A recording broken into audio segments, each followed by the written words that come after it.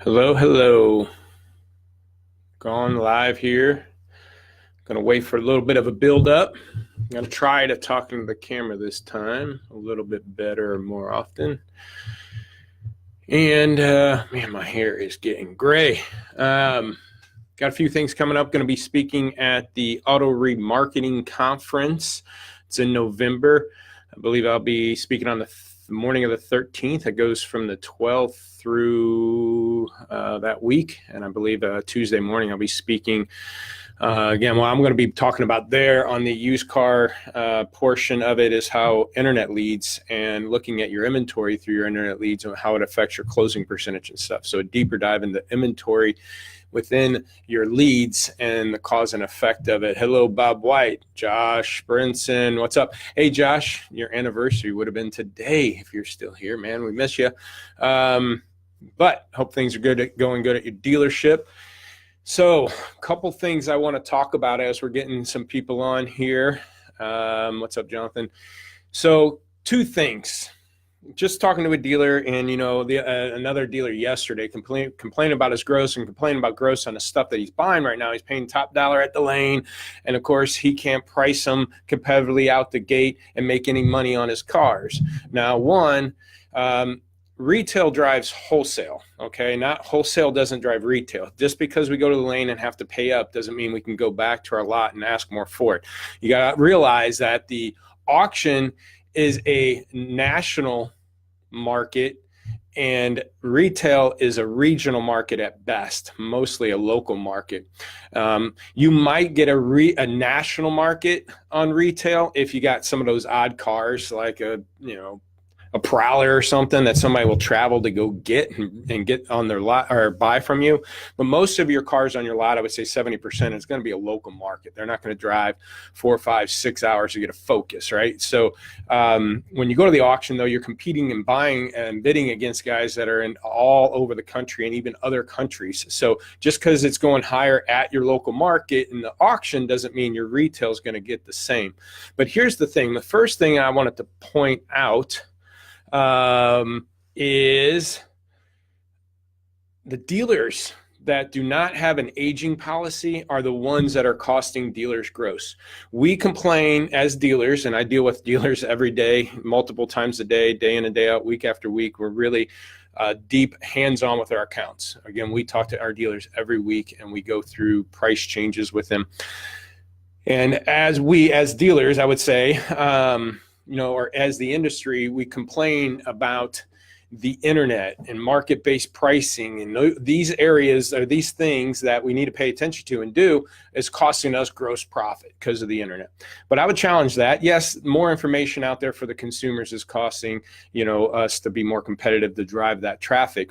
But actually, the dealers without an aging policy are the ones killing your gross. So here's the reason why. If everybody had a 60-day aging policy, you're going to be retailing and selling at current market values, or at least a more current market value. So as this dealer that was complaining to me about not making gross on his fresh inventory, here's the problem. I go to the lane and I pay up for a car, I bring it back, and then I look at the retail market and have to price it. I would tell you a high percentage, especially these high volume cars, Focus Fusions, Altimas, 300. I mean, these cars that are plenty of them out there, even F-150s and Silverados, I pay up at the lane and then I go try to price them to the market. And I bet you 8 out of 10, at least 6 out of 10 of the cheapest priced vehicles in that competitive set are cars from dealers that don't have an aging policy. We got to bring this car back. I just bought it at the lane. And then I got to compete against a guy who just is dropped his price because it's 120 days old and he's blowing out. He's blowing out that aged car. Now, if he had an aging policy, that car wouldn't be there. So I got one or two choices when I go to lane and pay up for a car. I either ignore that dealer that's blowing out his aged car and wait for him to sell it and hope my price becomes relevant, or I got to get a little bit more competitive and get closer to his price. So again, that being said, if every dealer had a 60-day age policy, they're going to be pricing and selling at the current market values and not have dealers that have 80, 90, 120, 150-day-old, 200-day-old cars in this competitive set that I compete against, and they're blowing those cars out. So if every dealer would at least get on an aging policy, I think overall the industry gross would go up. regardless of the internet and market-based pricing, the market-based pricing can be more relevant because it's market-based on current market values, not what somebody bought 200 days ago and decides to blow it out before winter hits. Okay, so you're running through that right now. You just had strong selling seasons, in July and August, so everybody's at the lane replenishing, but yet everybody's also in the meantime thinking, hey, winter's around the corner, especially up in the Northeast and stuff in the North, mid-North, Michigans and stuff. They're already moving their inventory to get ready for these slower winter months, so they're dropping their prices, and they might have aged cars that didn't sell from June, July, and August, and now they're blowing those out. So now this is that time of the season where I'm paying up for cars because of the volume that we just went through, and I got to keep that going. But yet guys are starting to blow things out for cars that didn't sell through the selling season. New car values are new car incentives are increasing, and that's decreasing the values, and I got to blow out these used cars. So it's a tricky time of the season, but again, I'm just bringing up the point. If every dang dealer just had a 60-day age policy, we wouldn't have to compete with our fresh cars that's 2 days old and compete with a guy that's blown out that had a 120-day-old car. Our grosses would go up. The second thing I want to talk about is another area that I think, and again, I try to keep these about 10 minutes or so, but what's up, Will? The second thing is stop over analyzing your cars. Now, I'm going to get probably some pushback on this, and that's fine. But there are nuances of cars. Sometimes it's color, sometimes it's equipment, sometimes it's technology package, things like that. I get that. So I'm starting this out with the fact that yes, sometimes you have nuances on your cars that make your stand out against anybody else. But as we pull the dealers that our best performing dealers, we are not over analyzing the competitive set. So when we're talking about market-based pricing and volume pricing, it's not a race to the bottom. When we're, at least for our dealers, we're not talking about let's kick up our volume. Now, we got stores that'll sell 240 cars carrying 190, or 80 cars carrying 70. This is normal numbers for our type of dealers. And those stores don't get tied up in the competitive set.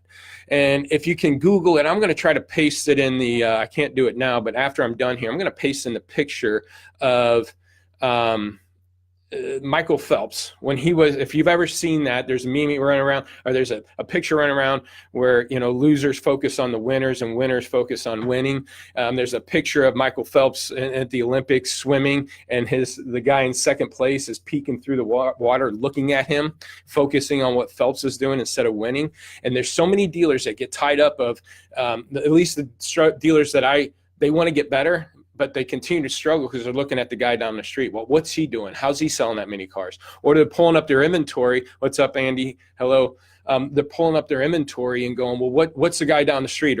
Or looking at the competitive set. Well, mine's gray and his is silver, so I got the only gray one. And they're over analyzing their cars too much. And again, it's not, and I did this on a demo. The guy's saying, well, you just sound like you just want to go to the race to the bottom. And it's like, no, it's not about that. I'm not even looking at the other guy. I don't even know if we're at the bottom or not. I'm just look at your car. And if it's whatever it is, 2017 F-150 XLT crew cab, engine, four-wheel drive, narrow it down, and then price it competitive to the market. Okay, I didn't say aggressive, price it competitive to the market. But after it goes a week or 2 weeks and your SRPs or VDPs haven't increased, if you haven't got any phone calls or emails on it, do I care what the other guy down the street's doing? No, this car has sat here for 2 weeks. No one's done anything about it. If your photos and your descriptions are right and nothing's happened in 2 weeks, you're probably going to have to drop your price. Okay, that's an indicator, drop your price. And again, I'm not going to competitive set and get all tied up of, well, that guy is showing cheaper, but I have less miles, or that guy doesn't have the nav and mine's blue and his is gray and I got the only blue one. Who cares? It's been 2 weeks at this price, no SRP, no VDP, no leads, no calls on this car. Adjust it. It's not a race to the bottom. I don't care what the other guy's doing. I'm not staring at him. All I'm doing is worried about week in and week out turning my inventory. And so don't overanalyze your cars. Yes, again, I'm going to recap for the people, anybody just joined and maybe didn't watch the whole video down the road as it gets posted, is I understand some cars have nuances. I understand color matters, certain features and equipment matters. I get that. But time and time, I don't care if you got all the right color, all the right features, and you got the only white diamond tan interior Escalade out there. That's fine and dandy. but don't overanalyze your car and hold and hope on that car. If it's been a week, 2 weeks, and the car's bleeding through, just make the adjustment. Who cares what the other guy's doing down the street? This car is not performing.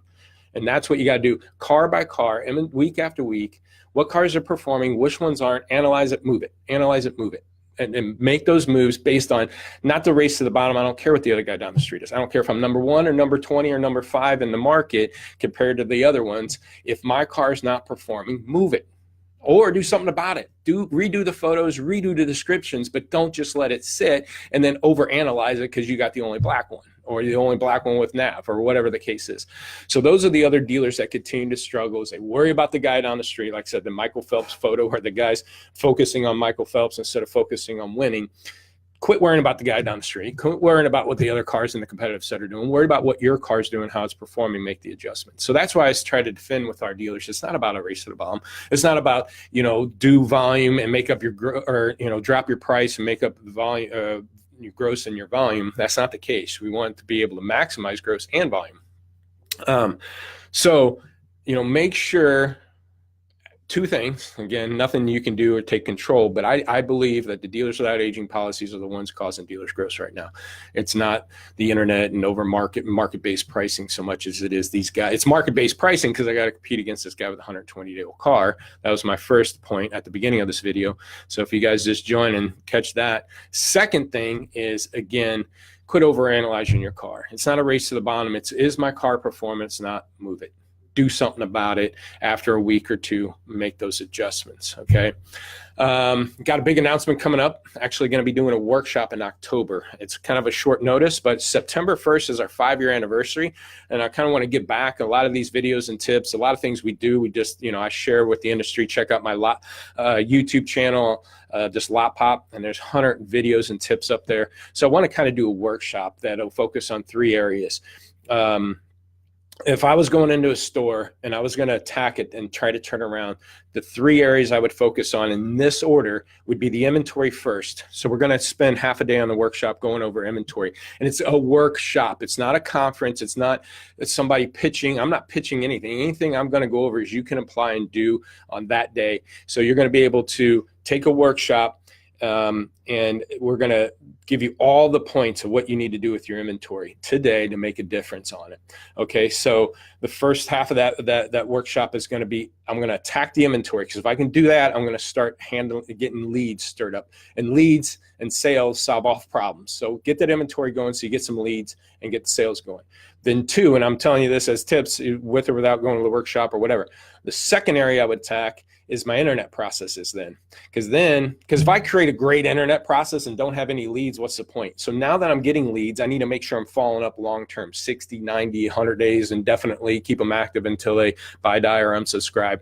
But we're going to go over a deep dive on the second half of that workshop and exactly what metrics to measure and track and why and how, and a deeper dive into the inventory of those metrics. A lot of CRMs and lead management talk about response times and closing percentages and throw that. Everybody talk. We're deep into the inventory and how it affects your closing percentage. Example would be the higher percentage of new car leads that you have with a stock number increases your sale percentage. So if your new car closing percentage on internet leads. So if you went from 50% of your leads having a stock number on them down to 30% of your new car leads having stock numbers on them, guess what? Your closing percentage goes from 10% down to 7%. And you're wondering, I'm at 7% closing percentage. What internet manager or what provider isn't doing for us? Let's cancel them or fire them or retrain them. And it's not that. It could be your inventory. And then if your new car closing percentage dropped off with the stock percentage of inventory with stock numbers, and it dropped off, why? Is it you had the wrong cars? Is your pricing gone up? What make or model did that happen to? And can I make adjustments? So things like that, we're going to deeper dive in the internet that's affecting you. Then the third thing is marketing. I've got a minority partner in Strong Automotive. John Paul Strong's out there. He's going to be talking. They do Google workshops with marketing, and we're going to talk about marketing. Because now that I'm doing better with my inventory, pushing more leads, I got a process in place. Now I can do marketing. I'm not going to mess with marketing first, Because everybody would think, well, let's go marketing and get our name out there. Well, you can do all this marketing and get all these leads, but if your inventory sucks, bad photos, bad pricing, or you don't have a follow-up process to handle all these leads, you just wasted a bunch of time and money. So we're going to do a workshop, and actually we're looking at the dates of October 16th and 17th. We're going to be here in the Kansas City market. I'm going to get exact location here soon. I'm going to make it free to any Lotpop clients. I'm going to make it free to any strong automotive clients, and I'm debating on making it free to anybody, but I'm limited to 50 spots. If not, if anything, it'll be free for Lotpop and strong clients, but maybe like a $4.95 for anybody else. And it'll be a minimal expense, a day and a half, great workshop. So we got that coming down the pipe. You'll see, and as a matter of fact, it's going to be dealerworkshop.com and Dealer Workshop. I'm surprised that wasn't out there, but we grabbed that, and we're going to be running a Dealer Workshop. Hopefully do this twice a year, every quarter. I don't know yet, but this is something new on my plate that I think, again, I want to be able to give back for our 5th year anniversary in September. And that's why, again, I'm talking about doing it free, and it's going to be here in the Kansas City market. So hopefully you can maybe attend that as a dealer. Okay. Again, no vendors, no sponsors. There's nothing. We're gonna cut the expense on this ourselves, and then give back to the community. Because again, what the support we've had with the auto industry and where we've been and our company. Matter of fact, we're getting another 1,200 square feet of office space because we're outgrowing here. So if you need anything, give me a call, 844-LOTPOP4. My cell is 314-568-2754. Email is easy, jrice@lotpop.com. Check out a free evaluation on our website. We'll go through your photos, descriptions, give you inventory analysis on our website. Just go free evaluation. Again, any of those is kind of a demo, but I'm going to give you, 3, 4, 5 tips on what you can apply that day with or without our services that you can do to your inventory. Check out Facebook, like our page, please, and or if you feel, and or YouTube. Subscribe to our YouTube channel. I'm going to post this on YouTube. We've got 100 video tips and things on there. So hopefully it's helpful. Try this at least once a week or more often if I can. And again, get a hold of me if you guys have any questions, concerns. Thanks.